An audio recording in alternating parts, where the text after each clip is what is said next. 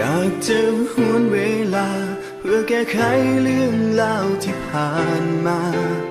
เรื่องราวที่มันค้างคาจะได้ทำเพื่อวันนี้บ่เสียใจ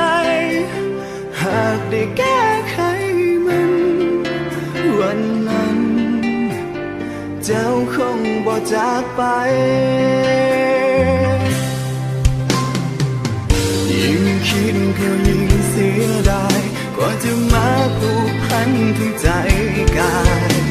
ยิ่งเสียเวลาเท่าใดทุ่มไปกับมันแต่เพราะความบ่เข้าใจเพียงเล็กน้อยเท่านั้นที่แยกเขาจากกันจนมันต้องปวดใจต้นเหตุเป็นเพราะสองเฮานั้นบ่ยอมใจอ่อนบ่ยอมงองอน